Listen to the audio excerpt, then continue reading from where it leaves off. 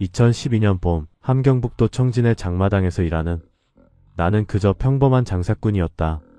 중국산 옷가지를 팔며 가족을 먹여 살리는 것이 전부였던 32살 남자이다. 그러나 그날 오전 9시 장마당 입구에서 벌어진 일은 내 인생의 모든 것을 바꿔놓았다. 그날 이후 나는 더 이상 이곳에서 살 수 없다는 것을 깨달았다. 장마당에 도착한 시간은 새벽 5시였다. 4월의 찬 공기가 폐속 깊이 파고들었고 손끝은 이미 감각을 잃어가고 있었다. 좌판을 펼치기 위해 무릎을 꿇자 차가운 시멘트 바닥의 냉기가 바지를 뚫고 올라왔다. 중국에서 넘어온 옷까지 25벌을 하나씩 펼쳐놓으면서 나는 오늘도 최소한 3벌은 팔아야 한다고 속으로 되뇌었다. 아내가 어젯밤 남긴 말이 귓가에 맴돌았다. 옥수수 가루가 이틀치밖에 안 남았다는 말, 그리고 9살 딸아이가 학교에서 돌아와 배고프다며 울었다는 말이었다. 장마당은 새벽부터 이미 사람들로 붐비기 시작했다. 내 옆자리의 김 여사는 중국산 냄비를 닦으며 한숨을 내쉬었고 맞은편의 박 동무는 담배 한 개비를 꺼내 물고는 성냥을 그었다. 담배 연기 냄새가 코를 찔렀고 그 뒤로 어디선가 풍겨오는 옥수수죽 끓는 냄새가 뒤섞였다. 배에서 꼬르륵 소리가 났지만 나는 아침을 거르고 나왔다. 집에 남은 식량은 아내와 딸을 위한 것이었다. 장마당 초입의 확성기에서는 어김없이 수령님 찬양 방송이 흘러나왔고 그 소리는 장마당의 소란 속에 묻혀 희미하게 들렸다. 해가 떠오르면서 사람들이 본격적으로 몰려들기 시작했다. 8시가 되자 장마당은 발 디딜 틈이 없을 정도로 붐볐다. 나는 지나가는 사람들을 향해 목소리를 높였다. 중국산 최신 스타일이라고, 품질 좋다고, 가격 흥정 가능하다고 외쳤다. 목이 쉬어가는 것을 느끼면서도 멈출 수 없었다. 오전 내내 겨우 2벌을 팔았고 손에 쥔 돈은 중국 돈으로 12안이었다. 북한 돈으로 환산하면 10,000원 정도였다. 이 돈으로는 옥수수 가루 3kg도 사기 어려웠다. 나는 입술을 깨물며 오후에는 더 많이 팔아야 한다고 다짐했다. 9시가 조금 넘었을 때였다. 장마당 입구 쪽에서 갑자기 소란이 일어났다. 처음에는 별일 아니라고 생각했다. 장마당에서 다툼이나 단속은 흔한 일이었으니까. 그러나 점점 커지는 비명소리와 사람들이 뒤로 물러서는 모습을 보며 나는 뭔가 심상치 않다는 것을 직감했다. 좌판을 지키던 나는 목을 길게 빼고 입구 쪽을 바라봤다. 보이부 제복을 입은 남자 3명이 한 여자를 끌고 가고 있었다. 여자는 30살쯤 되어 보였고 머리카락은 헝클어져 있었으며 얼굴에는 공포가 가득했다. 그녀가 소리를 지르며 저항했지만 보이부원들은 거칠게 그녀의 팔을 비틀었다. 주변 사람들은 모두 고개를 숙이고 외면했다. 나도 그래야 한다는 것을 알고 있었다. 관여하지 않는 것, 보지 않는 것, 그것이 이곳에서 살아남는 방법이었다. 그러나 내 시선은 그 여자에게서 떨어지지 않았다. 그녀가 마지막으로 외친 말이 장마당 전체에 울려 퍼졌다. 아이가 배고파 죽어가는데 중국에 갔다 온 것이 무슨 죄냐고, 자기는 그저 아이를 살리고 싶었을 뿐이라고 절규했다. 그 목소리는 내 가슴을 찔렀고 순간 나는 내 딸의 얼굴을 떠올렸다.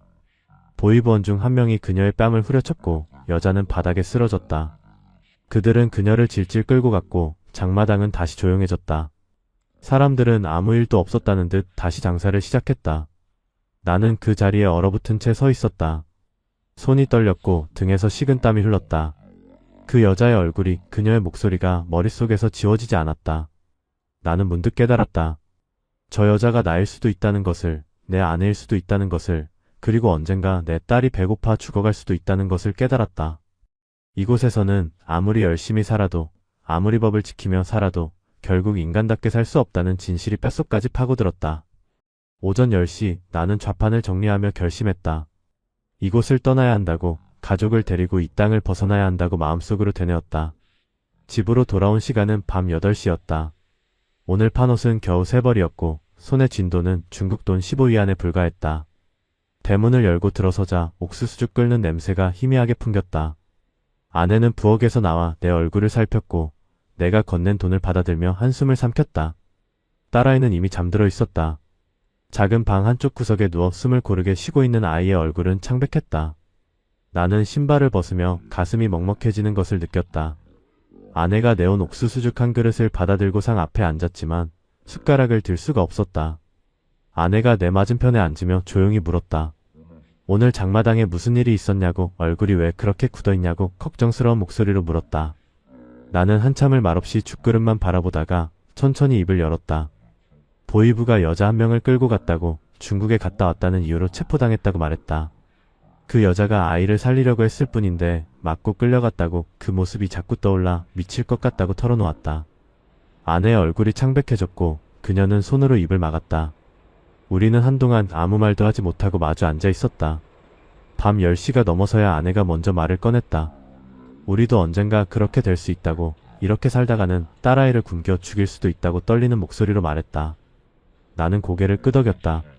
그리고 오랫동안 머릿속에만 담아두었던 말을 꺼냈다. 이곳을 떠나자고, 두만강을 건너 중국으로 가자고, 그리고 한국까지 가자고 조용히 말했다. 아내는 눈을 크게 떴다. 탈북이라는 단어는 입 밖에 꺼내는 것조차 위험한 말이었다. 들키면 3대가 멸족당한다는 것을 우리 모두 알고 있었다. 그러나 아내는 오래 망설이지 않았다. 그녀는 고개를 끄덕이며 딸아이를 바라봤다. 이 아이만은 배불리 먹이고 싶다고, 학교에서 굶주림 때문에 울지 않게 하고 싶다고 눈물을 글썽이며 말했다. 우리는 그날 밤 새벽 2시까지 이야기를 나눴다. 어떻게 갈 것인지, 누구를 믿을 것인지, 얼마나 돈이 필요한지 머리를 맞대고 계획을 세웠다. 탈북을 도와주는 브로커가 있다는 소문은 들어봤지만 누가 진짜 브로커인지 누가 보이부 정보원인지 구별할 방법이 없었다. 잘못 접촉하면 그 자리에서 신고당해 끌려갈 수도 있었다.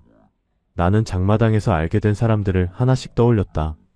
믿을 만한 사람, 입이 무거운 사람, 탈북에 대해 조심스럽게 물어볼 수 있는 사람을 생각했다. 아내는 우리가 가진 돈을 계산했다. 집에 숨겨둔 중국 돈 200위안과 북한 돈 10만원이 전부였다. 브로커 비용은 1인당 중국 돈 1000위안 이상이라는 소문을 들은 적이 있었다. 우리 가족 3명이면 최소 3000위안이 필요했다. 창문 밖으로 보이는 하늘에는 별이 총총히 박혀 있었다. 나는 그 별들을 바라보며 문득 국경 너머의 하늘도 저럴까 하는 생각을 했다. 중국에서도 한국에서도 저 별들을 볼 수 있을까 궁금했다. 아내가 내 손을 잡았다. 그녀의 손은 차갑고 거칠었지만 단단했다. 우리는 서로를 바라보며 다짐했다. 반드시 살아서 이 땅을 벗어나겠다고, 딸아이에게 배부른 삶을 선물하겠다고, 인간답게 살 수 있는 곳으로 가겠다고 약속했다. 그날 밤 나는 거의 잠을 이루지 못했다. 눈을 감으면 장마당에서 끌려가던 여자의 얼굴이 떠올랐고, 눈을 뜨면 천장만 멍하니 바라보게 되었다. 새벽 4시쯤 되어서야 얕은 잠에 빠졌고, 꿈속에서 나는 두만강을 건너고 있었다. 한 달이 지나는 동안 나는 조심스럽게 정보를 모았다. 장마당에서 만나는 사람들과 대화하면서 탈북에 대한 이야기를 슬쩍 꺼내보고는 반응을 살폈다. 대부분은 고개를 저으며 위험한 소리 하지 말라고 경고했다. 그러나 몇몇은 눈빛이 달라졌다. 그들은 주변을 두리번거리며 목소리를 낮춰 물었다. 진심이냐고, 정말로 갈 생각이냐고 확인했다. 나는 고개를 끄덕였고 그들은 며칠 기다리라고만 말했다. 5월 중순 장마당에서 중국산 담배를 파는 최 동무가 내게 조용히 다가왔다. 그는 40대 중반쯤 되어 보였고 얼굴에는 깊은 주름이 패여 있었다. 그가 귓속말로 내일 저녁 7시에 장마당 뒤편 창고로 오라고 말했다. 다음날 저녁 나는 약속 장소로 갔다. 창고는 낡고 허름했으며 문틈으로 희미한 불빛이 새어나왔다. 문을 열고 들어서자 담배 연기가 자욱했고 4명의 남자가 안쪽에 앉아 있었다. 그중 한 명이 나를 보며 고개로 앉으라는 신호를 보냈다. 나는 그들 맞은편에 앉았고 가슴이 두근거리는 것을 느꼈다. 한 남자가 입을 열었다. 그는 50대쯤 되어 보였고 목소리는 낮고 무겁게 가라앉아 있었다. 탈북을 원하는 이유가 무엇이냐고, 가족은 몇 명이냐고, 돈은 얼마나 준비할 수 있냐고 차례로 물었다. 나는 최대한 침착하게 대답했다. 가족을 먹여 살릴 수 없어서라고, 아내와 딸 그리고 나 이렇게 3명이라고, 돈은 지금 200위안이 있고 더 모을 수 있다고 말했다. 남자는 담배를 한 모금 깊이 빨아들이고는 연기를 천천히 내뱉었다. 그 연기가 희미한 전구 불빛 속에서 소용돌이쳤다. 그는 말했다. 1인당 1200위안이 필요하다고, 우리 가족 3명이면 3600위안이라고 계산했다. 나는 머리가 멍해지는 것을 느꼈다. 지금 가진 돈의 18배가 필요했다. 어떻게 그 돈을 모을 수 있을까 막막했다. 남자는 내 표정을 읽었는지 덧붙였다. 돈이 없으면 중국에 도착해서 일을 해서라도 갚을 수 있다고, 다만 그 경우 중국에서 적어도 6개월은 머물러야 한다고 설명했다. 나는 잠시 고민했다. 6개월이면 긴 시간이었지만 평생을 이곳에서 사는 것보다는 나았다. 나는 고개를 끄덕이며 받아들이겠다고 말했다. 브로커는 계획을 설명하기 시작했다. 우리는 함경북도 온성 근처에서 두만강을 건널 것이라고, 밤 11시에 출발해서 새벽 2시쯤 강을 건너야 한다고 말했다. 강물의 깊이는 허리까지 차고 물살이 센 구간도 있으니 조심해야 한다고 경고했다. 중국 쪽에 도착하면 사전에 준비된 차량이 우리를 데리러 올 것이고 그 차를 타고 중국 동북 지방의 한 농가로 이동할 것이라고 했다. 그곳에서 우리는 농사일을 도우며 빚을 갚고 그 후에 몽골이나 태국으로 이동해 한국으로 갈 수 있다고 설명했다. 나는 모든 말을 놓치지 않으려고 집중했다. 머릿속으로 계속 반복하며 암기했다. 출발 날짜는 3주 후인 6월 초로 잡혔다. 브로커는 그때까지 준비할 것들을 알려줬다. 옷은 검은색으로 여러 겹 껴입을 것, 신발은 튼튼한 것으로 준비할 것, 음식은 옥수수떡이나 건빵처럼 오래 보관되는 것으로 챙길 것, 그리고 절대 금속 물건은 가져가지 말 것이라고 지시했다. 금속 탐지기에 걸릴 수 있다는 이유였다. 나는 모든 것을 머릿속에 새겼다. 창고를 나서는 순간 등에서 식은땀이 흘렀고 다리가 후들거렸다. 거리는 어두웠고 멀리서 개 짖는 소리가 들렸다. 나는 집으로 돌아가는 길 내내 뒤를 돌아봤다. 누가 따라오는 것은 아닌지, 누가 우리를 지켜보는 것은 아닌지 계속 확인했다. 집에 도착해 문을 닫고 나서야 비로소 안도의 한숨을 내쉬었다. 3주는 빠르게 지나갔다. 나는 장마당에서 평소보다 더 열심히 장사를 했다. 중국 돈을 조금이라도 더 모으기 위해 새벽 4시에 일어나 밤 9시까지 좌판을 지켰다.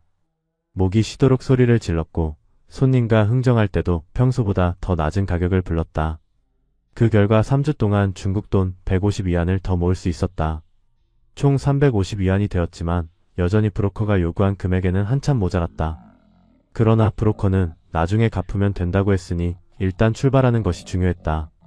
나는 매일 밤 집에 돌아와 아내와 함께 짐을 준비했다. 검은색 옷 여러 벌, 튼튼한 운동화, 옥수수떡과 건빵, 그리고 작은 물통을 챙겼다. 딸아이에게는 아무 말도 하지 않았다. 9살짜리 아이가 비밀을 지킬 수 있을지 확신할 수 없었고 혹시라도 학교에서 실수로 말이라도 흘릴까 두려웠다. 다만 아내가 아이에게 곧 먼 곳으로 여행을 간다고 말했을 뿐이었다. 아이는 눈을 반짝이며 어디로 가느냐고 물었고 아내는 가면 알게 될 거라고 웃으며 대답했다. 나는 그 모습을 보며 가슴이 먹먹해졌다. 이 아이는 아직 이곳을 벗어나는 것이 얼마나 위험한 일인지, 실패하면 우리 모두가 정치범 수용소로 끌려갈 수 있다는 것을 모르고 있었다. 그것이 오히려 다행이었다. 출발 이틀 전 밤 나는 집안을 둘러봤다. 이 좁고 낡은 집에서 우리는 5년을 살았다.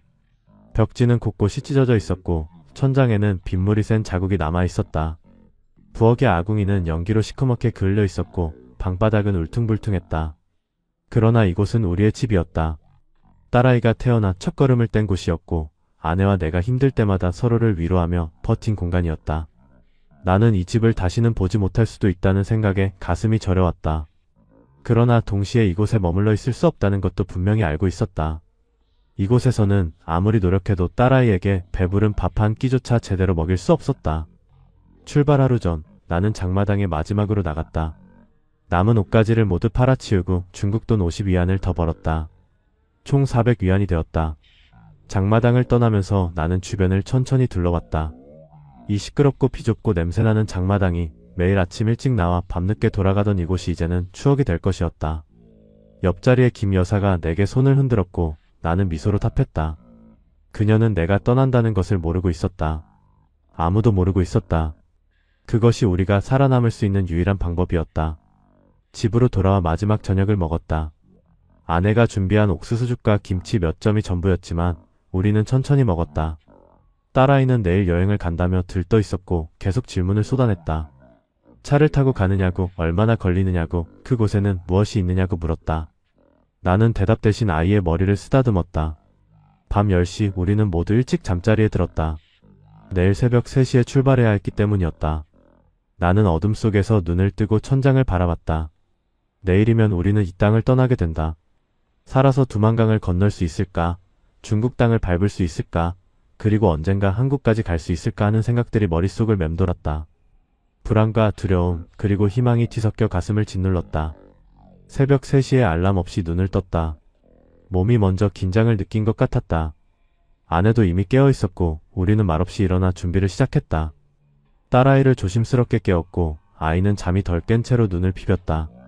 우리는 미리 준비해둔 검은색 옷으로 갈아입었다. 여러 겹을 껴입으니 몸이 둔해졌지만 추위를 막기 위해서는 필요했다. 작은 배낭에 옥수수떡과 물통을 넣고 남은 돈을 속옷 안쪽에 꿰매 넣었다. 집안을 마지막으로 둘러봤다. 모든 것이 그대로였지만 우리는 이제 이곳 사람이 아니었다. 새벽 4시 우리는 집을 나섰다. 거리는 고요했고 어둠만이 사방을 감싸고 있었다. 가로등은 대부분 꺼져 있었고 간혹 희미하게 빛나는 불빛만이 길을 비쳤다. 우리는 소리 없이 걸었다. 딸아이가 손을 꽉 잡고 있었고 그 작은 손의 떨림이 내 손바닥에 전해졌다. 약속 장소는 청진역 뒤편의 폐건물이었다. 그곳에서 브로커와 다른 탈북자들을 만나기로 했다. 15분을 걸어 도착했을 때 이미 6명이 모여 있었다. 브로커 1명과 탈북자 5명이었다. 그들도 모두 검은 옷을 입고 있었고 얼굴에는 긴장이 가득했다. 브로커가 우리를 보고 고개를 끄덕였다. 그는 손전등으로 우리의 짐을 확인했고 금속 물건이 없는지 점검했다. 모든 것이 문제없자 그는 작은 목소리로 지시를 내렸다. 지금부터 절대 큰 소리를 내지 말 것, 뒤처지지 말 것, 그리고 어떤 일이 있어도 멈추지 말고 계속 걸을 것이라고 말했다. 우리는 모두 고개를 끄덕였다. 총 9명이 함께 이동하게 되었다. 브로커 1명, 나와 아내 그리고 딸아이 그리고 다른 5명의 탈북자들이었다. 그들 중에는 젊은 남자 2, 중년 여자 1명, 그리고 20대로 보이는 부부가 있었다. 우리는 서로 이름을 묻지 않았다. 이름은 중요하지 않았고 살아남는 것만이 중요했다. 새벽 5시 우리는 출발했다. 청진을 벗어나 북쪽으로 향했다. 온선까지는 약 100km였고 우리는 트럭을 타고 이동할 예정이었다. 폐건물 뒤편에 대기하고 있던 낡은 트럭에 올라탔다. 트럭 진칸에는 볏짚이 쌓여 있었고 우리는 그 볏짚 아래에 숨었다. 볏짚 냄새가 코를 찔렀고 먼지 때문에 기침이 나올 것 같았지만 참았다. 트럭이 출발하면서 덜컹거리는 진동이 온몸에 전해졌다. 딸아이가 내 품에 꼭 안겨 있었고 나는 아이의 등을 토닥이며 괜찮다고 속삭였다. 트럭은 비포장도로를 달렸고 돌부리를 밟을 때마다 요란한 소리가 났다. 중간에 2번 검문소를 지났다. 트럭이 멈출 때마다 우리는 숨을 죽였다. 볏짚 아래에서 심장 소리가 귓전에 울렸고 땀이 등을 타고 흘러내렸다. 보이부원들이 트럭 주변을 돌며 확인하는 발소리가 들렸다. 한 보이부원이 짐칸을 두드렸고 그 소리에 온몸이 얼어붙었다. 브로커와 운전사가 무언가 이야기를 나누는 소리가 들렸고 곧 트럭은 다시 출발했다. 우리는 검문소를 무사히 통과한 것이었다. 그때마다 안도의 한숨이 절로 나왔지만 곧 다시 긴장해야 했다. 아직 두만강을 건너지 못했고 중국 땅도 밟지 못했으니까. 오전 10시쯤 온선 근처에 도착했다. 트럭은 인적이 드문 산골짜기에 멈췄고 우리는 볏짚 밑에서 기어 나왔다. 햇빛이 눈부셨고 온몸이 뻐근했다. 다리가 저려서 제대로 서기도 힘들었다.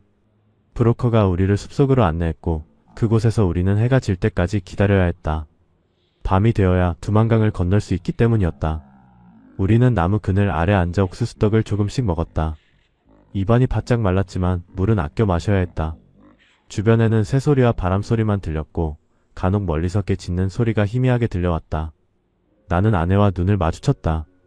그녀의 눈에는 두려움과 결연함이 동시에 담겨 있었다. 우리는 이제 돌아갈 수 없다는 것을 알고 있었다. 밤 10시가 되자 브로커가 움직이라는 신호를 보냈다. 우리는 일어나 숲길을 따라 조심스럽게 걸었다. 발밑에 낙엽이 바스락거리는 소리가 유난히 크게 들렸고 그때마다 온몸이 움찔했다. 15분쯤 걸었을 때 앞쪽으로 강물 흐르는 소리가 들리기 시작했다. 두만강이었다. 나무 사이로 희미하게 보이는 강물은 달빛을 받아 검푸르게 빛나고 있었다. 브로커가 손을 들어 멈추라는 신호를 보냈고 우리는 모두 제자리에 얼어붙었다. 그는 주변을 살피며 귀를 기울였다. 북한 경비병이 순찰을 도는 시간대를 피해야 했기 때문이었다. 10분쯤 기다린 후 브로커가 다시 움직이기 시작했다. 우리는 강둑으로 내려갔다. 강둑의 흙은 질퍽했고 한 걸음 내디딜 때마다 발이 푹푹 빠졌다. 딸아이가 작은 소리로 무섭다고 속삭였고 나는 아이를 안아 올려 내 어깨에 태웠다. 아내가 내 팔을 꽉 잡았고 그녀의 손은 차갑게 떨리고 있었다. 브로커가 먼저 강물에 발을 담갔고 우리도 그를 따라 하나씩 물속으로 들어갔다. 강물은 뼛속까지 파고드는 차가움이었다. 6월이었지만 산골짜기의 강물은 얼음장처럼 차가웠다. 발목을 지나 무릎까지 그리고 허벅지까지 물이 차올랐다. 물속으로 들어간 지 5분쯤 지났을 때 물이 허리까지 차올랐다. 강바닥은 미끄러운 돌들로 덮여 있었고 한 발 한 발 내디딜 때마다 중심을 잃을 것 같았다. 물살이 생각보다 세서 몸이 자꾸 옆으로 밀렸다. 딸아이를 어깨에 태우고 있어 무게 중심이 불안정했고 넘어지면 안 된다는 생각에 온 신경을 집중했다. 뒤에서 누군가 작은 비명을 삼키는 소리가 들렸다. 돌아보니 중년 여자가 미끄러져 물에 반쯤 잠긴 채 허우적대고 있었다. 옆에 있던 젊은 남자가 재빨리 그녀의 팔을 붙잡아 일으켜 세웠다. 브로커가 뒤돌아보며 날카로운 눈빛으로 조용히 하라는 신호를 보냈다. 강 중간쯤 왔을 때 물이 가슴까지 차올랐다. 숨을 쉬기가 힘들 정도로 물의 압력이 느껴졌고 차가움에 이가 딱딱 부딪혔다. 딸아이가 내 목을 더욱 세게 감싸며 떨고 있었고 나는 한 손으로 아이를 받치면서 다른 손으로는 균형을 잡으려 애썼다. 발밑에 돌이 미끄러워 2번이나 중심을 잃을 뻔했지만 간신히 버텼다. 물속에서 뭔가 부딪히는 느낌이 들었는데 아마 떠내려가는 나뭇가지였을 것이다. 그때 멀리서 개 짖는 소리가 들렸다. 북한 쪽 강둑에서 들려오는 소리였다.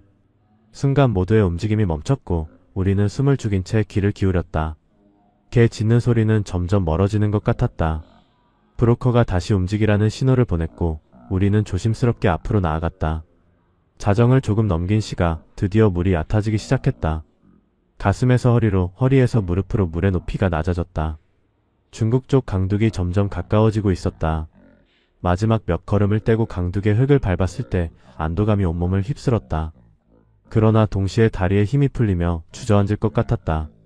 딸아이를 어깨에서 내려놓고 아내를 끌어안았다. 우리는 물에 흠뻑 젖은 채 서로를 붙잡고 있었다.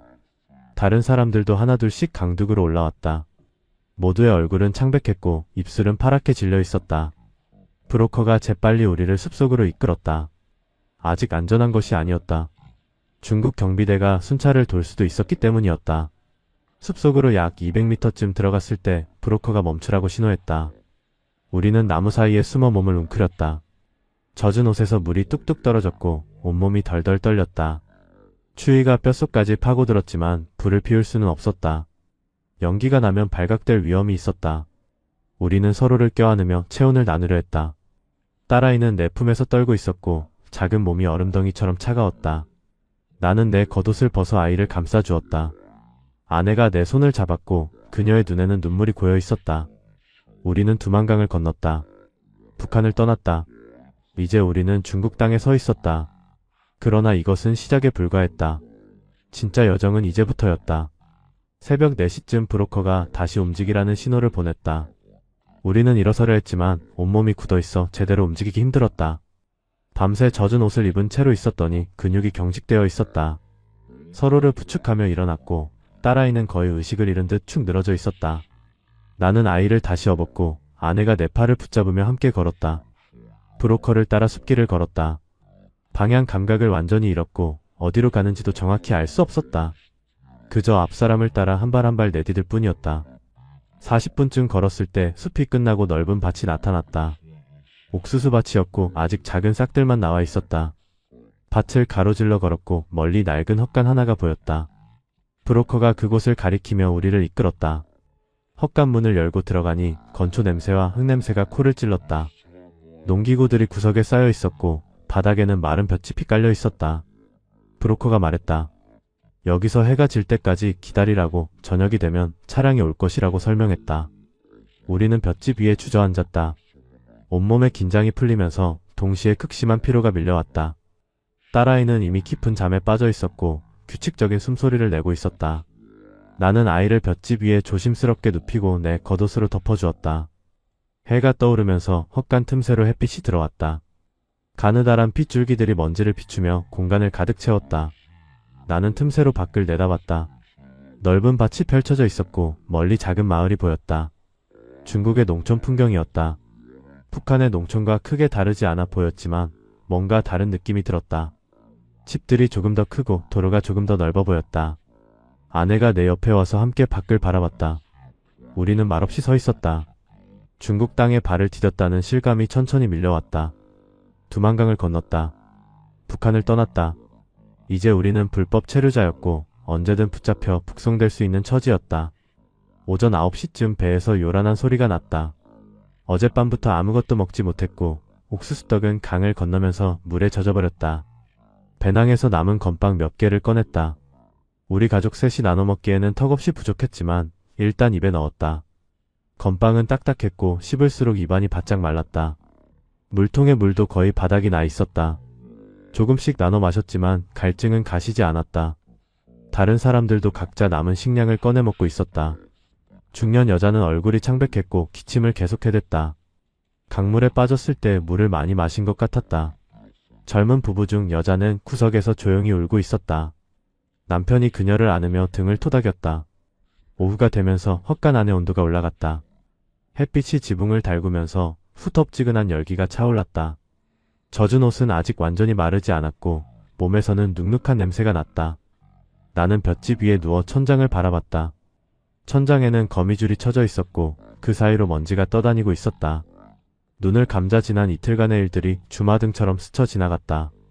장마당에서 끌려가던 여자의 얼굴, 브로커와 처음 만났던 어두운 창고, 볏짚 밑에 숨어 검문소를 지나던 순간, 그리고 얼음장 같은 두만강의 물이 떠올랐다. 살아있다는 것이 기적 같았다. 우리는 운이 좋았다. 강을 건너면서 아무도 다치지 않았고 경비병에게 발각되지도 않았다. 그러나 앞으로 얼마나 더 많은 고비가 기다리고 있을지 알 수 없었다. 저녁 7시쯤 헛간 밖에서 차 소리가 들렸다. 우리는 긴장하며 틈새로 밖을 내다봤다. 낡은 트럭 한 대가 헛간 앞에 멈춰섰고 중국인으로 보이는 남자 한 명이 내렸다. 브로커가 나가서 그 남자와 짧게 이야기를 나눴다. 곧 브로커가 우리를 불렀고 우리는 하나씩 트럭으로 향했다. 트럭 짐칸에는 이번에도 볏짚이 쌓여 있었다.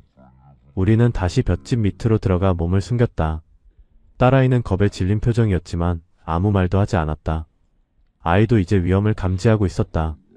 트럭이 출발하면서 다시 덜컹거리는 진동이 시작되었다.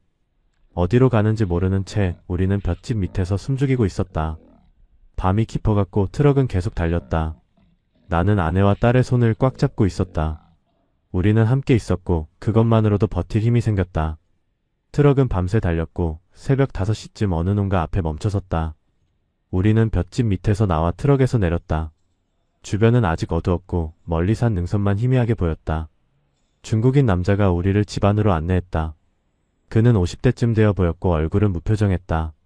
집은 단층 건물이었고 방 3개와 부엌 하나로 이루어져 있었다. 우리 9명은 가장 작은 방 하나에 배정되었다. 방 크기는 4평 남짓했고 9명이 누우면 꽉 찰 정도였다. 남자가 규칙을 설명했다. 절대 밖으로 나가지 말 것, 큰 소리를 내지 말 것, 그리고 말을 시키면 일을 해야 한다고 차갑게 말했다. 첫날부터 일이 시작되었다. 오전 8시 남자가 문을 열고 우리 중 건강한 사람 5명을 불렀다. 나도 그 중 한 명이었다. 우리는 밭으로 나가 잡초를 뽑는 일을 맡았다. 6월의 떼약볕 아래에서 허리를 굽히고 땅을 만지는 일은 고됐다. 등에서 땀이 비오듯 쏟아졌고 손바닥에는 물집이 잡히기 시작했다. 점심때가 되자 남자의 아내로 보이는 여자가 옥수수죽과 절인 채소를 가져왔다. 양은 적었지만 일단 배를 채울 수 있었다. 우리는 말없이 빠르게 먹었다. 일은 저녁 7시까지 계속되었고 방으로 돌아왔을 때 온몸이 욱신거렸다. 아내가 걱정스러운 눈빛으로 나를 맞았고 딸아이는 구석에서 무릎을 안고 앉아 있었다. 일주일이 지나면서 우리는 이곳의 생활에 익숙해져 갔다. 아침 6시에 일어나 8시부터 일을 시작하고 저녁 7시까지 일하는 것이 일과였다. 일요일에도 쉬지 못했다. 농가 주인은 우리를 거의 말을 걸지 않았고 필요한 지시만 간단하게 내렸다. 밥은 하루 2끼만 주어졌고 항상 양이 부족했다. 아내는 자신의 몫을 딸아이에게 나눠주었고 나는 아내가 제대로 먹지 못하는 것을 보며 가슴이 아팠다. 다른 탈북자들도 비슷한 처지였다. 중년 여자는 건강이 나빠져 거의 누워 지냈고 젊은 부부는 말수가 점점 줄어들었다. 우리는 서로를 위로할 여유도 없었다. 한 달이 지났을 때 브로커가 다시 나타났다. 그는 주인과 이야기를 나누더니 우리를 방으로 불렀다. 일한 대가로 빚의 일부가 탕감되었다고 말했다. 한 달 동안 우리가 일한 값은 1인당 200위안이라고 계산했다. 우리 가족 셋이 600위안을 갚았으니 남은 빚은 3000위안이라고 말했다. 나는 계산이 맞지 않는다고 생각했다. 우리가 하루 11시간씩 한 달 동안 일했는데 겨우 200위안이라는 것이 말이 되지 않았다. 그러나 따질 수 없었다. 우리는 이곳에서 힘이 없었고 불만을 말하면 당장 공안에 신고당할 수도 있었다. 나는 입을 다물고 고개를 끄덕일 수밖에 없었다. 2달째가 되면서 상황은 더 악화되었다. 농가 주인이 우리에게 더 많은 일을 시키기 시작했다. 밭일 뿐만 아니라 돼지우리 청소, 창고 정리, 심지어 이웃집 일까지 돕게 했다. 일하는 시간은 아침 5시부터 밤 8시로 늘어났다. 밥은 여전히 하루 두 끼였고 양은 오히려 줄어들었다. 딸아이는 점점 말라가고 있었고 얼굴은 창백했다. 나는 주인에게 아이가 아프니 의사를 불러달라고 부탁했다. 주인은 코웃음을 치며 돈을 내면 부르겠다고 말했다. 우리에게 돈이 어디 있었겠는가. 아내는 밤마다 딸을 안고 울었다. 나는 아무것도 해줄 수 없는 무력한 자신이 한없이 작아졌다. 석 달째가 되었을 때 나는 더 이상 참을 수 없었다. 브로커를 찾아가 우리를 다른 곳으로 보내달라고 말했다. 이곳에서는 빚을 갚을 수 없고 딸아이가 죽을 것 같다고 절박하게 호소했다. 브로커는 한참을 생각하더니 고개를 끄덕였다. 다음 달에 몽골로 가는 루트를 준비하겠다고 말했다. 다만 그 비용으로 1인당 500위안이 추가된다고 덧붙였다. 우리 빚은 다시 늘어났지만 선택의 여지가 없었다. 이곳에 더 머물면 우리 모두 망가질 것 같았다. 나는 받아들였다. 7월 말에 출발한다는 말을 듣고 방으로 돌아와 아내에게 말했다. 아내는 처음으로 희망 섞인 눈빛을 보였다. 우리는 다시 한번 살아남기 위해 이동해야 했다. 7월 28일 우리는 다시 이동을 시작했다. 이번에는 새로운 브로커가 우리를 안내했다. 40대 남자였고 얼굴에는 깊은 흉터가 있었다. 그는 우리에게 몽골까지 가는 길이 가장 위험하다고 경고했다. 중국 공안의 단속이 심한 지역을 통과해야 하고 사막을 걸어서 넘어야 한다고 설명했다. 준비물로 물과 마른 음식을 최대한 많이 챙기라고 지시했다. 우리는 농가 주인에게 부탁해 빵과 물을 조금 얻었다. 주인은 인색하게 최소한만 주었지만 그것이라도 감사했다. 저녁 8시 우리는 다시 트럭에 올라탔다. 이번에는 총 7명이었다. 중년 여자와 한 젊은 남자는 건강이 너무 나빠져 남았다. 트럭은 밤새 서쪽으로 달렸다. 우리는 짐칸 안에서 서로 기대며 졸았다. 새벽 4시쯤 트럭이 멈췄고 브로커가 우리를 깨웠다. 주변을 보니 황량한 벌판이었다. 풀 한 폭이 제대로 자라지 않은 메마른 땅이 끝없이 펼쳐져 있었다. 브로커가 말했다. 여기서부터는 걸어가야 한다고. 사흘 정도 걸으면 몽골 국경에 닿을 것이라고 설명했다. 사흘이라는 말에 모두 얼굴이 굳어졌다. 이 더위에 사흘을 걷는다는 것이 상상조차 되지 않았다. 그러나 선택의 여지가 없었다. 우리는 배낭을 메고 트럭에서 내렸다. 트럭은 곧 떠났고 우리는 황무지 한가운데 남겨졌다. 해가 떠오르면서 기온이 급격히 올라가기 시작했다. 오전 9시쯤 되자 땅에서 아지랑이가 피어올랐고 숨을 쉴 때마다 뜨거운 공기가 폐를 태우는 것 같았다. 우리는 한 줄로 걸었다. 브로커가 앞장섰고 나는 딸아이를 업고 중간쯤에 있었으며 아내가 내 바로 뒤를 따랐다. 땅은 자갈과 모래로 뒤덮여 있었고 발을 디딜 때마다 미끄러졌다. 1시간을 걷자 온몸이 땀으로 범벅이 되었다. 물을 조금씩 마셨지만 갈증은 가시지 않았다. 딸아이는 힘들어하며 물을 달라고 했고 나는 아껴서 마셔야 한다고 달래며 작은 모금만 주었다. 정오가 되었을 때 브로커가 잠시 쉬자고 말했다. 우리는 그늘 하나 없는 벌판 한가운데 주저앉았다. 햇빛이 머리 위에서 내리쬐었고 모자를 쓰고 있었지만 투피가 따가웠다. 아내가 손수건으로 딸아이의 얼굴을 닦아주었다. 아이의 얼굴은 붉게 달아올라 있었고 숨을 헐떡거렸다. 걱정이 되었지만 할 수 있는 것이 없었다. 계속 가야만 했다. 15분 후 다시 출발했다. 오후 내내 걸었고 풍경은 전혀 변하지 않았다. 끝없이 펼쳐진 황무지뿐이었다. 해가 지기 시작할 무렵 브로커가 오늘은 여기서 자자고 말했다. 주변에는 아무것도 없었지만 우리는 그 자리에 멈췄다. 밤에는 기온이 급격히 떨어졌다. 낮에 더위가 무색하게 추워졌고 온몸이 덜덜 떨렸다. 우리는 서로 껴안으며 체온을 나눴다. 별들이 하늘 가득 박혀 있었고 그 별빛만이 유일한 빛이었다. 나는 하늘을 올려다보며 이 별들 아래 어딘가에 한국이 있다는 생각을 했다. 우리가 가고자 하는 곳, 자유롭게 살 수 있는 곳이 저 별들 아래 어딘가에 존재한다는 것이 믿기지 않았다. 아내가 내 손을 잡았다. 우리는 말없이 서로를 바라봤다. 아무 말도 필요 없었다. 우리는 함께 이 길을 가고 있었고 그것만으로 충분했다. 딸아이는 내 품에서 잠들어 있었다. 작고 따뜻한 숨소리가 내 가슴에 닿았다. 다음 날 아침 5시에 다시 출발했다. 둘째 날도 첫날과 비슷했다. 끝없는 걷기, 뜨거운 햇빛, 부족한 물, 그리고 지칠 대로 지친 몸이었다. 오후가 되자 한 사람이 쓰러졌다. 젊은 부부 중 남편이었다. 그는 탈수 증상을 보이며 제대로 걷지 못했다. 우리는 잠시 멈춰 그에게 물을 먹였지만 남은 물이 얼마 없었다. 브로커가 걱정스러운 표정으로 말했다. 속도를 내야 한다고, 그렇지 않으면 모두 위험하다고 경고했다. 우리는 쓰러진 남자를 부축하며 다시 걷기 시작했다. 그날 밤 우리는 작은 언덕 아래에서 잠을 잤다. 셋째 날 오후 드디어 멀리 철조망이 보이기 시작했다. 몽골 국경이었다. 우리는 마지막 힘을 내어 그쪽으로 걸어갔다. 살아남았다는 안도감과 동시에 또 다른 고비가 기다리고 있다는 두려움이 교차했다. 몽골 국경의 철조망은 생각보다 낮았다. 브로커가 주변을 살피더니 철조망의 한 부분을 가리켰다. 그곳은 이미 누군가가 잘라놓은 듯 틈이 벌어져 있었다. 우리는 하나씩 그 틈을 통과했다. 철조망을 넘는 순간 중국을 떠났다는 실감이 들었다. 몽골 땅에 발을 디뎠지만 안심할 수 없었다. 브로커가 말했다. 이제부터는 몽골 경찰을 찾아가야 한다고, 그들에게 자수하면 한국으로 보내준다고 설명했다. 우리는 다시 걷기 시작했다. 1시간쯤 걸었을 때 멀리 건물 하나가 보였다. 작은 초소처럼 보이는 건물이었고 몽골 국기가 펄럭이고 있었다. 초소에 가까이 다가가자 몽골 경찰 2명이 나왔다. 그들은 우리를 보더니 놀란 표정을 지었다. 브로커가 몽골어로 무언가 설명했고 경찰들은 고개를 끄덕이며 우리를 안으로 들어오라고 손짓했다. 초소 안은 작고 어두웠다. 낡은 책상 하나와 의자 몇 개가 전부였다. 경찰 중 한 명이 전화를 걸었고 10분쯤 후 다른 차량이 도착했다. 우리는 그 차를 타고 더 큰 경찰서로 이동했다. 차 안에서 아내가 내 손을 꽉 잡았다. 이제 정말 끝나는 것인지 한국으로 갈 수 있는 것인지 확신이 서지 않았다. 그러나 적어도 더 이상 도망 다니지 않아도 된다는 안도감은 있었다. 경찰서에 도착하자 우리는 각각 조사를 받았다. 통역관이 와서 질문을 통역해 주었다.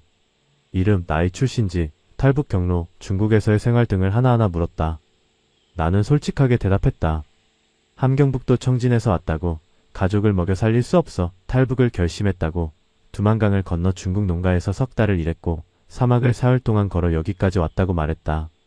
통역관은 내 말을 경찰에게 전했고 경찰은 서류에 뭔가를 적었다. 조사는 2시간 넘게 계속되었고 끝났을 때 나는 완전히 지쳐 있었다. 조사가 끝난 후 우리는 임시 수용시설로 이동했다. 그곳은 작은 막사 같은 건물이었고 방 하나에 10명 정도가 생활할 수 있는 공간이었다. 우리 가족은 한쪽 구석에 자리를 잡았다. 침대는 없었고 바닥에 매트만 깔려 있었지만 지붕이 있고 벽이 있다는 것만으로도 감사했다. 저녁에 밥이 나왔다. 몽골식 음식이었고 양고기와 감자가 들어간 국이었다. 익숙하지 않은 맛이었지만 배불리 먹을 수 있다는 것이 중요했다. 딸아이는 처음으로 웃는 얼굴을 보였다. 석 달 만에 보는 아이의 웃음이었다. 나는 가슴이 뜨거워지는 것을 느꼈다. 수용시설에서 우리는 2주를 보냈다. 매일 아침 점호가 있었고 하루 3끼 식사가 제공되었다. 일은 시키지 않았고 우리는 그저 기다리기만 하면 되었다. 다른 탈북자들도 있었다. 그들 중 일부는 우리보다 먼저 와 있었고 일부는 우리 이후에 도착했다. 우리는 서로의 이야기를 나눴다. 모두 비슷한 경로를 거쳐왔고 모두 비슷한 고통을 겪었다. 어떤 사람은 가족을 잃었고 어떤 사람은 중국에서 몇 년을 숨어 지냈으며 어떤 사람은 여러 번 실패한 끝에 이곳까지 왔다. 그들의 이야기를 들으며 나는 우리가 운이 좋았다는 것을 깨달았다. 우리 가족은 모두 무사했고 석 달 만에 몽골까지 올 수 있었으니까. 2주가 지난 후 한국 대사관 직원들이 왔다. 그들은 우리에게 한국으로 갈 준비를 하라고 말했다. 며칠 후 비행기를 타고 한국으로 갈 것이라는 소식이었다. 그 말을 들었을 때 실감이 나지 않았다. 정말로 한국에 갈 수 있다는 것이, 더 이상 숨어 지내지 않아도 된다는 것이 믿기지 않았다. 아내는 울었다. 기쁨의 눈물인지 안도의 눈물인지 알 수 없는 눈물이었다. 나는 그녀를 안았고 딸아이도 우리를 껴안았다. 우리는 한참을 그렇게 서로를 안고 있었다. 2주 동안의 여정이 주마등처럼 스쳐 지나갔다. 장마당에서의 그날, 두만강의 차가운 물, 중국 농가에서의 고된 노동, 사막에서의 사흘, 그 모든 것이 이 순간을 위한 것이었다. 우리는 살아남았다. 그리고 곧 자유로운 땅으로 갈 것이었다. 비행기를 타는 날이 왔다. 8월 15일 우리는 새벽 6시에 수용시설을 떠났다. 한국 대사관 직원들이 버스로 우리를 공항까지 데려갔다. 버스 안에서 나는 창밖을 바라봤다. 몽골의 초원이 끝없이 펼쳐져 있었고 아침 햇살이 그 위를 비추고 있었다. 이곳에서 보낸 2주는 짧았지만 평생 잊지 못할 시간이었다. 처음으로 안전하다고 느낀 시간이었고 처음으로 내일을 걱정하지 않아도 되는 시간이었다. 공항에 도착하자 직원들이 우리에게 임시 여권을 나눠줬다. 내 손에 들린 여권에는 대한민국이라는 글자가 선명하게 박혀 있었다. 아직 한국 땅을 밟지 않았지만 이미 우리는 한국 국민이었다. 비행기에 오르는 순간이 왔다. 계단을 한 걸음씩 올라가며 가슴이 두근거렸다. 딸아이는 내 손을 꽉 잡고 있었고 아내는 뒤에서 따라왔다. 비행기 안으로 들어서자 차가운 에어컨 바람이 얼굴을 스쳤다. 좌석을 찾아 앉았다. 창가 자리였고 아내와 딸이 내 옆에 앉았다. 비행기 좌석은 부드러웠고 머리 받침이 있었으며 앞좌석 뒤에는 작은 모니터가 달려 있었다. 모든 것이 신기했다. 나는 평생 비행기를 타본 적이 없었고 아내와 딸도 마찬가지였다. 승무원이 와서 안전벨트를 매는 법을 알려줬고 우리는 그녀의 말을 집중해서 들었다. 비행기가 움직이기 시작했다. 천천히 활주로를 달렸고 속도가 점점 빠르게 느껴졌다. 그리고 순간 몸이 뒤로 쏠리는 느낌과 함께 비행기가 땅에서 떠올랐다. 창밖을 보니 땅이 점점 멀어지고 있었다. 건물들이 작아지고 도로가 실처럼 보였으며 곧 구름 속으로 들어갔다. 하얀 구름이 창문을 스쳐 지나갔고 다시 구름 위로 올라서자 눈부신 햇빛이 쏟아졌다. 파란 하늘과 하얀 구름 그 위를 날고 있다는 사실이 꿈만 같았다. 딸아이는 창문에 얼굴을 바짝 붙이고 감탄했다. 아내는 눈물을 닦으며 미소를 지었다. 우리는 정말로 한국으로 가고 있었다. 비행시간은 4시간이었다. 중간에 기내식이 나왔다. 쟁반 위에는 밥과 반찬 그리고 디저트까지 담겨 있었다. 이렇게 많은 음식을 한 번에 받아본 것이 얼마만인지 기억도 나지 않았다. 우리는 천천히 먹었다. 맛있었다. 아니, 맛이 있고 없고를 떠나 배부르게 먹을 수 있다는 것 자체가 행복이었다. 딸아이는 디저트로 나온 케이크를 먹으며 환하게 웃었다. 그 웃음을 보며 나는 모든 것이 값어치가 있었다고 느꼈다. 석 달간의 고통, 두려움, 불안, 모든 것이 이 아이의 웃음을 위한 것이었다. 식사를 마치고 나는 창밖을 바라봤다. 끝없이 펼쳐진 하늘과 구름을 보며 생각했다. 곧 우리는 자유의 땅에 발을 디딜 것이다. 비행기가 하강하기 시작했다는 안내 방송이 나왔다. 안전벨트를 다시 매고 자세를 바로 했다. 창밖으로 땅이 보이기 시작했다. 산과 강 그리고 건물들이 점점 가까워졌다. 한국이었다. 대한민국이었다. 비행기가 활주로에 착륙하면서 쿵하는 소리와 함께 몸이 앞으로 쏠렸다. 비행기는 천천히 속도를 줄이며 멈춰섰다. 승무원이 도착했다고 안내했다. 주변 사람들이 일어나 짐을 챙기기 시작했다. 나도 일어서려 했지만 다리에 힘이 들어가지 않았다. 긴장이 풀리면서 온몸이 나른해졌다. 아내가 내 팔을 잡아 일으켜 세웠고 우리는 천천히 비행기에서 내렸다. 공항 복도를 걸으며 주변을 둘러봤다. 깨끗하고 밝았으며 사람들이 자유롭게 오가고 있었다. 이곳이 우리의 새로운 시작점이었다. 공항에서 나온 우리는 버스를 타고 경기도 안성에 있는 하나원으로 향했다. 하나원은 북한 이탈 주민들이 한국 사회에 적응하기 위해 교육을 받는 곳이라고 직원이 설명했다. 우리는 석 달 동안 이곳에서 생활하며 한국어, 한국 문화, 법률, 직업 교육 등을 배우게 될 것이었다. 버스는 2시간쯤 달렸고 하나원에 도착한 시간은 오후 4시였다. 건물은 크고 현대적이었다. 우리가 북한에서 본 어떤 건물보다도 깨끗하고 잘 관리되어 있었다. 입구에서 직원들이 우리를 맞이했고 각자 방을 배정받았다. 우리 가족은 3인실을 받았다. 방 안에는 침대 3개, 책상, 옷장, 그리고 작은 화장실까지 있었다. 첫날 저녁 식사는 식당에서 했다. 식당은 넓었고 여러 테이블이 놓여 있었다. 배식대에서 밥과 반찬을 받았는데 그 양이 놀라웠다.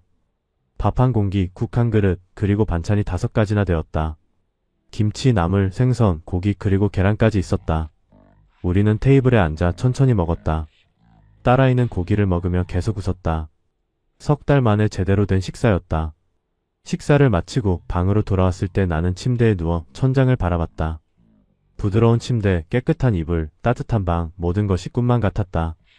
아내가 내 손을 잡으며 말했다. 우리가 정말로 해냈다고, 이제 안전하다고 속삭였다. 나는 고개를 끄덕였다. 그렇다, 우리는 해냈다. 다음 날부터 교육이 시작되었다. 오전 9시에 교실에 모였다. 우리와 같은 처지의 사람들 30명쯤이 함께 수업을 듣게 되었다. 첫 수업은 한국어 교육이었다. 강사는 친절하게 설명했다. 북한에서 쓰는 말과 남한에서 쓰는 말이 많이 다르다고, 같은 단어라도 의미가 다른 경우가 많다고 알려줬다.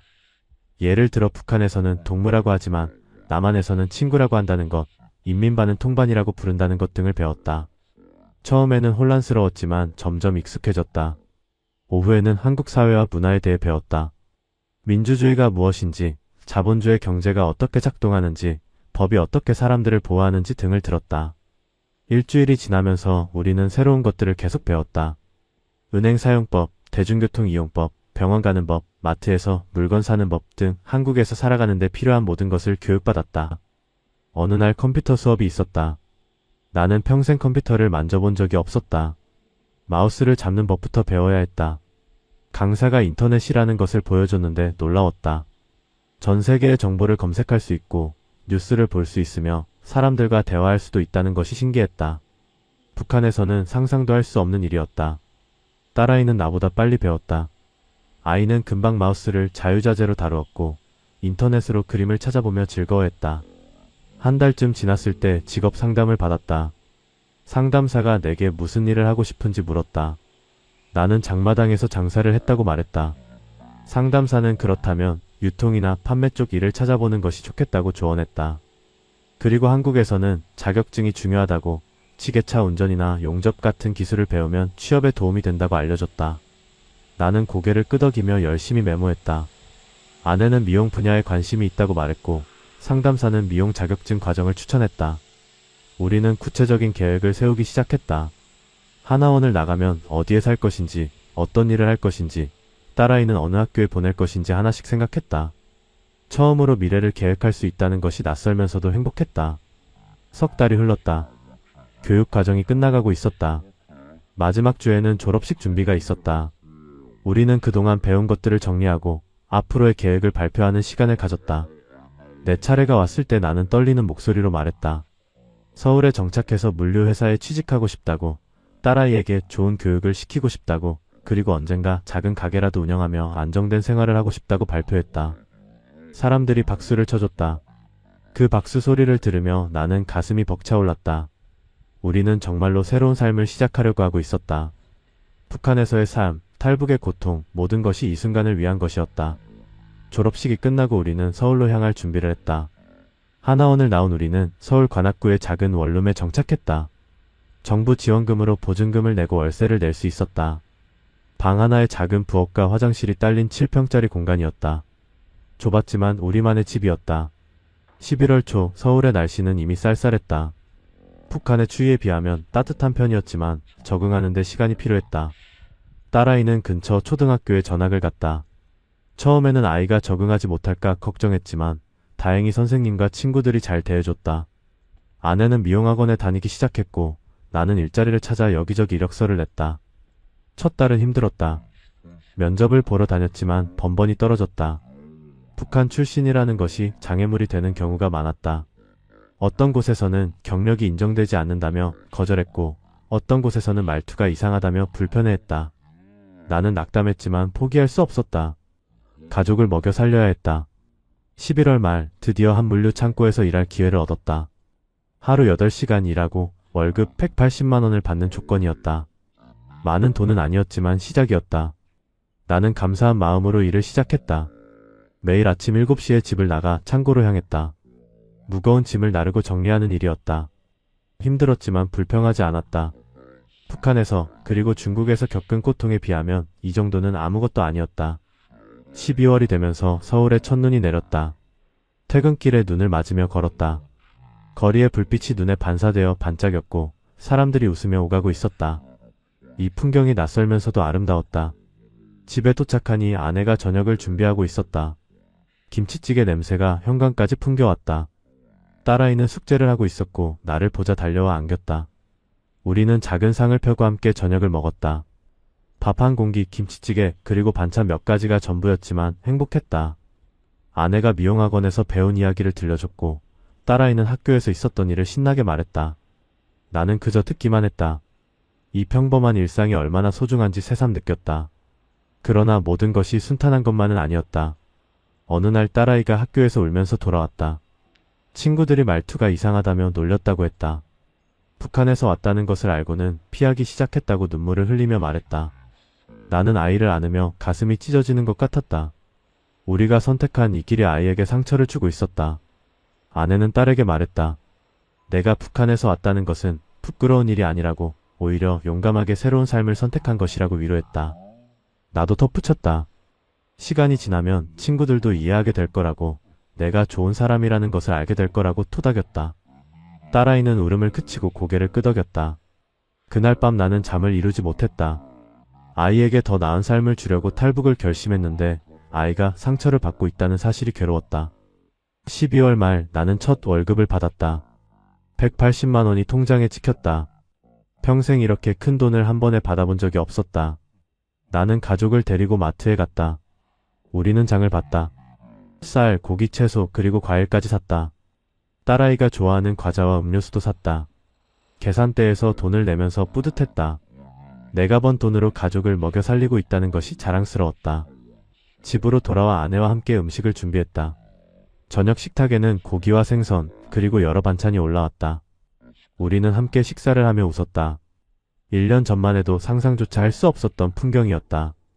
북한에서 장마당에 서 있던 내가, 두만강을 건너던 내가, 중국 농가에서 고생하던 내가 이제 서울에서 가족과 함께 저녁을 먹고 있었다. 기적 같은 일이었다. 2013년 봄이 왔다. 벚꽃이 만개한 거리를 걸으며 출근했다. 서울에 온 지 반년이 지났고 이제 지하철 노선도를 외웠으며 회사까지 가는 길을 눈 감고도 찾을 수 있었다. 물류 창고 일에도 익숙해졌다. 처음에는 힘들어하던 동료들도 이제는 편하게 대해줬다. 점심시간에 함께 밥을 먹으며 농담을 주고받았고 퇴근 후에는 가끔 치킨을 사 먹기도 했다. 나는 조금씩 이 사회의 일원이 되어가고 있었다.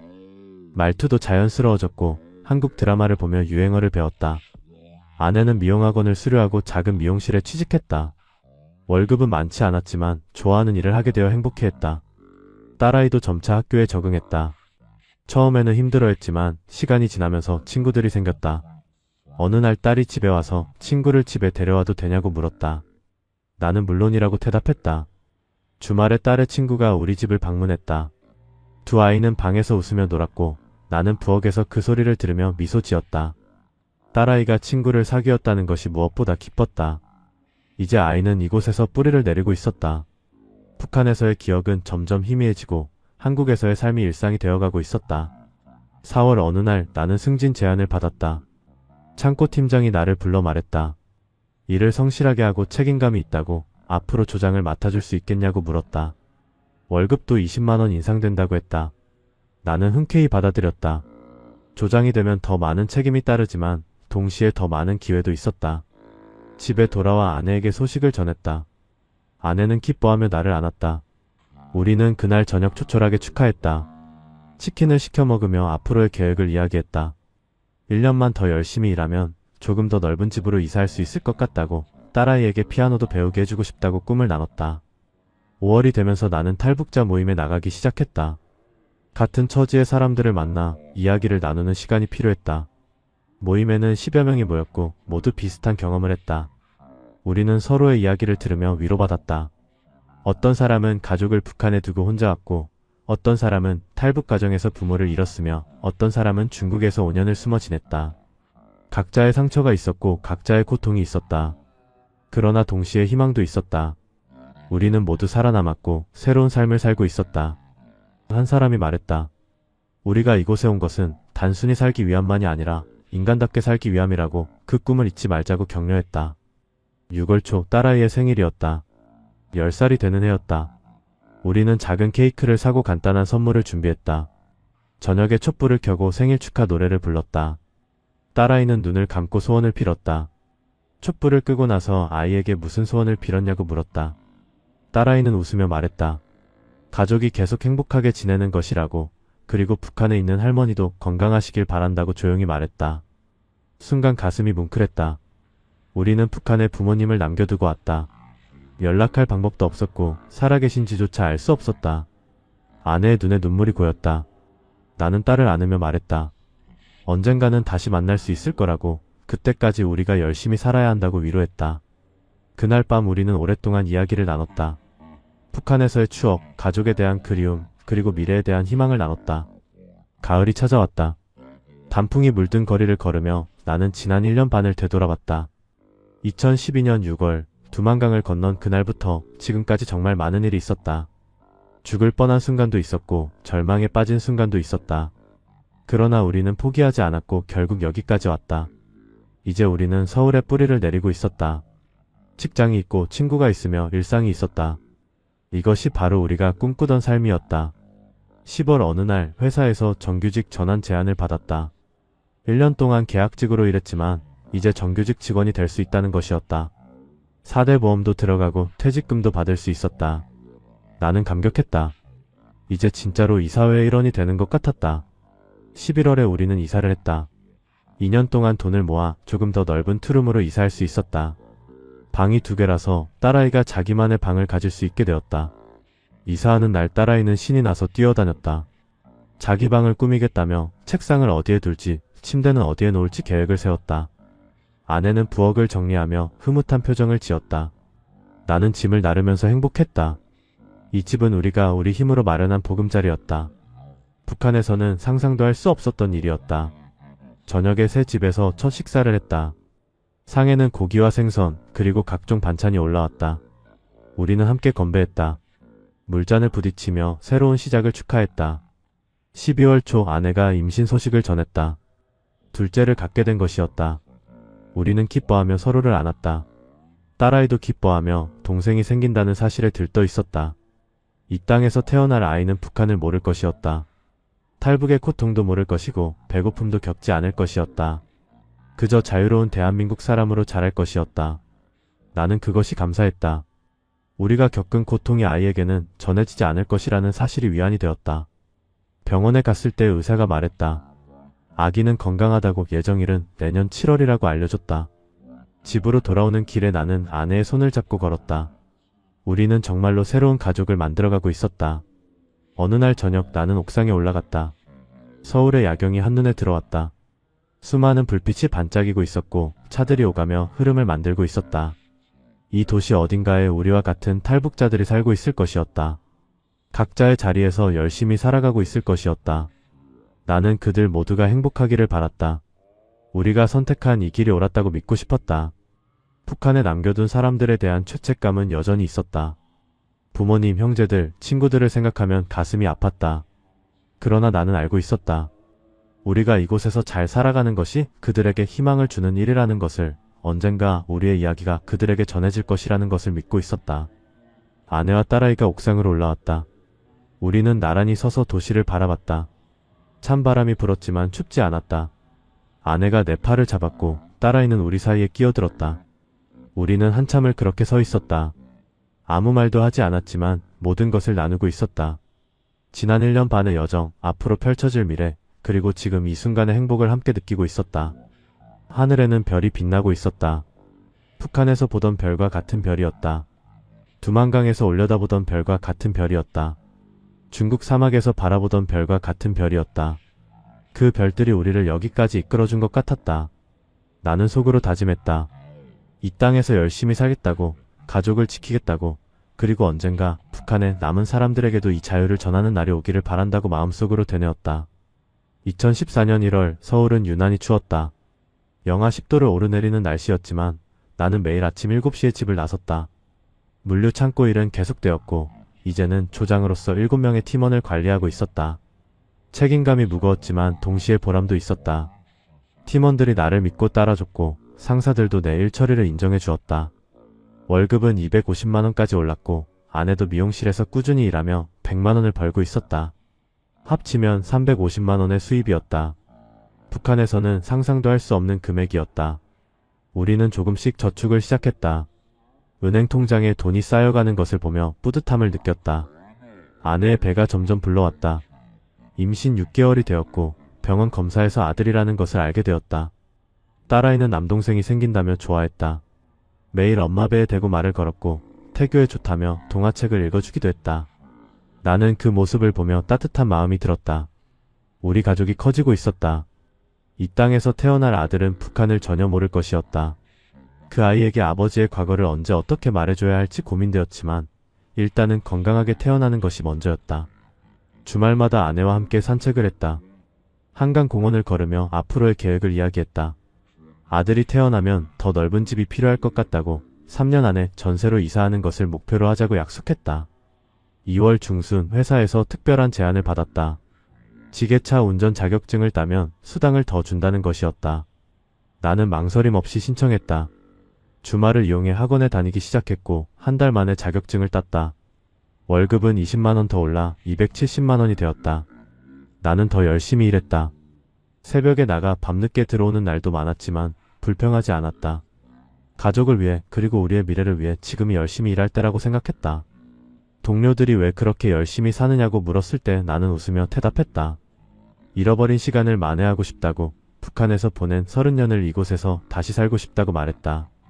3월이 되면서 딸아이의 학교 생활도 안정되었다. 이제는 친구들도 많아졌고 성적도 중간 정도를 유지했다. 선생님은 아이가 성실하다고, 특히 글쓰기를 잘한다고 칭찬했다. 어느 날 딸아이가 학교 숙제로 쓴 글을 보여줬다. 제목은 우리 가족의 여행이었다. 아이는 북한에서 한국까지 오는 여정을 동화처럼 썼다. 용감한 아빠와 엄마가 공주를 데리고 먼 나라로 모험을 떠났다는 내용이었다. 강을 건너고 사막을 지나고 마침내 행복한 나라에 도착했다는 이야기였다. 나는 그 글을 읽으며 눈시울이 뜨거워졌다. 아이는 우리의 고통을 모험으로 승화시켰다. 트라우마가 아닌 용기의 이야기로 기억하고 있었다. 아내도 그 글을 읽고 울었다. 우리가 잘했다는 확신이 들었다. 4월 말 탈북자 모임에서 강연회가 있었다. 먼저 탈북해서 성공한 사람의 이야기를 듣는 자리였다. 강연자는 40대 여성이었고 10년 전에 탈북했다고 했다. 그녀는 이제 작은 식당을 운영하고 있었고 자녀 둘을 대학에 보냈다고 말했다. 그녀가 말했다. 처음 5년은 정말 힘들었다고, 말도 제대로 통하지 않고 차별도 받았지만 포기하지 않았다고 했다. 그리고 지금은 이 땅에서 당당한 사업가로 살고 있다고 자신있게 말했다.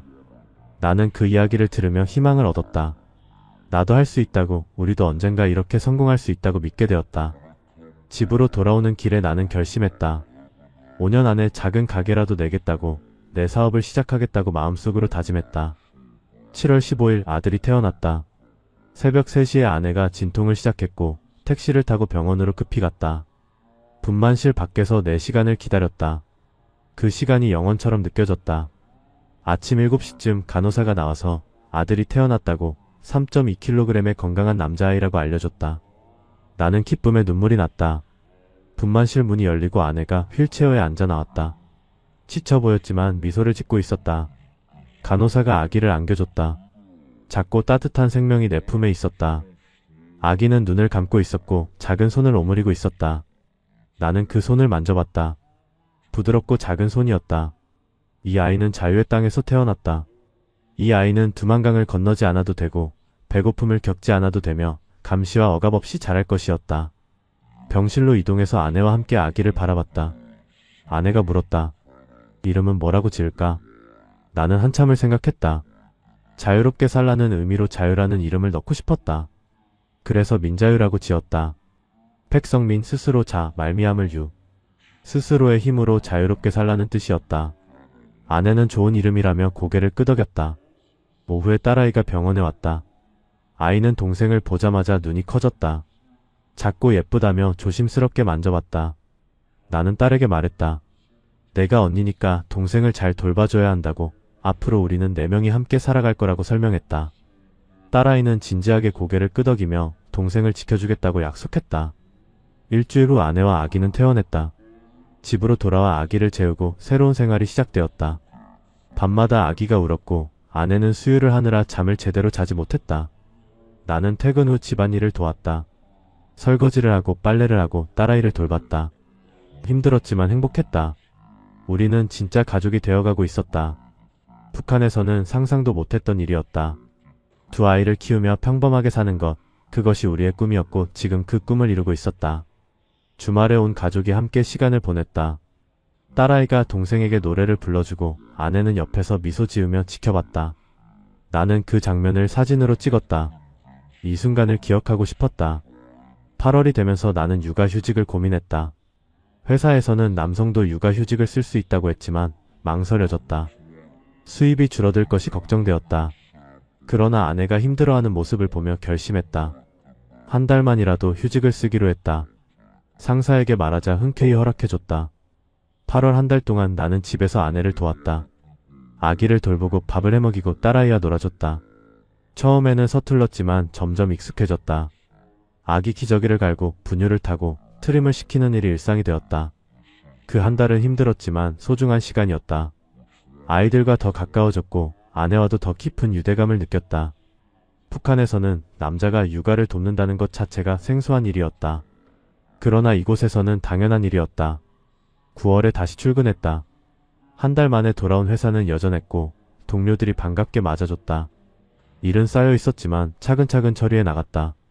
저녁에 집에 돌아가면 아기가 울고 있었고 딸아이는 숙제를 하고 있었으며 아내는 부엌에서 저녁을 준비하고 있었다. 평범한 일상이었지만 그 평범함이 기적 같았다. 2년 전 두만강을 건널 때는 이런 날이 올 거라고 상상도 못했다. 장마당에서 장사하던 때는 이런 삶이 가능하다고 믿지도 못했다. 그러나 지금 나는 두 아이의 아버지로서, 한 여자의 남편으로서, 그리고 한 회사의 조장으로서 살아가고 있었다. 밤에 아기를 재우며 자장가를 불렀다. 아기는 내 품에서 평화롭게 잠들었다. 나는 아기의 얼굴을 바라보며 다짐했다. 이 아이에게 최고의 아버지가 되겠다고, 이 아이가 자랑스러워할 아버지가 되겠다고 마음속으로 되뇌었다. 2015년이 밝았다. 아들 민자유는 이제 돌이 지났고 딸아이는 초등학교 4학년이 되었다. 나는 34살이 되었고 탈북한 지 3년이 지났다. 그동안 우리는 많은 것을 잃었다. 안정적인 직장, 2명의 건강한 아이, 그리고 조금씩 늘어가는 저축. 그러나 나는 더 큰 꿈을 꾸고 싶었다. 남의 밑에서 일하는 것이 아니라 내 사업을 하고 싶었다. 2월 어느 날 퇴근길에 동네 편의점을 지나다 생각이 떠올랐다. 편의점을 운영하면 어떨까? 초기 투자금이 필요하지만 안정적인 수입을 올릴 수 있다고 들었다. 집에 돌아와 아내와 상의했다. 아내는 처음에는 걱정했지만 내 결심을 보고 응원해줬다. 3월부터 본격적으로 편의점 창업을 알아보기 시작했다. 여러 프랜차이즈 본사를 방문했고 설명회에도 참석했다. 초기 투자금은 약 5천만 원이 필요했다. 우리가 모은 돈은 2천만 원이었고 나머지는 대출을 받아야 했다. 은행에 가서 대출 상담을 받았다. 탈북자라는 신분 때문에 처음에는 어려움이 있었지만 3년간의 근무 기록과 신용 등급 덕분에 대출을 받을 수 있었다. 4월에 계약을 했다. 우리 동네에서 10분 거리에 있는 작은 편의점이었다. 평수는 작았지만 위치가 좋았고 유동인구도 많았다. 나는 회사에 사직서를 냈다. 3년 동안 다닌 회사였고 동료들과 정이 들었지만 새로운 도전을 위해 떠나야 했다. 5월 1일 편의점을 오픈했다. 아침 6시부터 밤 11시까지 운영했다. 처음 일주일은 정신이 없었다. 물건 진열, 재고관리, 계산, 청소 등 모든 것을 혼자 해야 했다. 아내가 낮 시간에 와서 도와줬고 저녁에는 아르바이트생이 왔다. 손님들이 하나둘씩 들어왔다. 담배를 사러 오는 사람, 음료수를 사러 오는 학생들, 도시락을 사러 오는 직장인들이 있었다. 나는 모든 손님에게 친절하게 대했다. 웃으며 인사하고 필요한 물건을 안내해 주었다. 일주일 만에 매출은 200만 원을 넘었다. 생각보다 좋은 시작이었다. 밤 11시에 가게 문을 닫고 집으로 돌아갈 때는 지쳤지만 뿌듯했다. 내 가게를 운영하고 있다는 것이 자랑스러웠다. 한 달이 지나면서 단골 손님들이 생기기 시작했다. 매일 아침 커피를 사러 오는 직장인, 방과 후 과자를 사러 오는 학생들, 저녁에 맥주를 사러 오는 아저씨들이 있었다. 나는 그들의 얼굴과 이름을 외웠다. 오시면 반갑게 인사하고 원하는 물건을 미리 챙겨놨다. 손님들은 내 서비스에 만족했고 입소문이 나기 시작했다. 이 가게 사장님이 친절하다는 소문이었다. 6월의 매출은 300만 원을 넘었고 7월에는 400만 원에 육박했다. 비용을 제하고 남는 순이익은 약 200만 원 정도였다. 회사 다닐 때와 비슷한 수입이었지만 내 사업이라는 것이 달랐다. 더 열심히 하면 더 많이 벌 수 있다는 희망이 있었다. 8월 어느 날 한 손님이 내게 물었다. 어디서 왔냐고 말투가 조금 다른 것 같다고 궁금해했다. 나는 잠시 망설였다. 북한에서 왔다고 말하면 어떤 반응을 보일지 두려웠다. 그러나 숨길 이유가 없다고 생각했다. 나는 솔직하게 대답했다. 북한에서 탈북해서 3년 전에 한국에 왔다고, 지금은 이렇게 편의점을 운영하고 있다고 말했다. 손님은 잠시 놀라는 표정을 지었다. 그리고 말했다. 대단하다고, 새로운 땅에서 사업까지 시작하다니 정말 용기가 있다고 칭찬했다. 그 말에 가슴이 뜨거워졌다. 이후로 그 손님은 더 자주 왔고 친구들에게 우리 가게를 소개해줬다. 점점 더 많은 사람들이 내 이야기를 알게 되었고 응원해 주었다. 나는 숨기지 않고 당당하게 살기로 결심했다.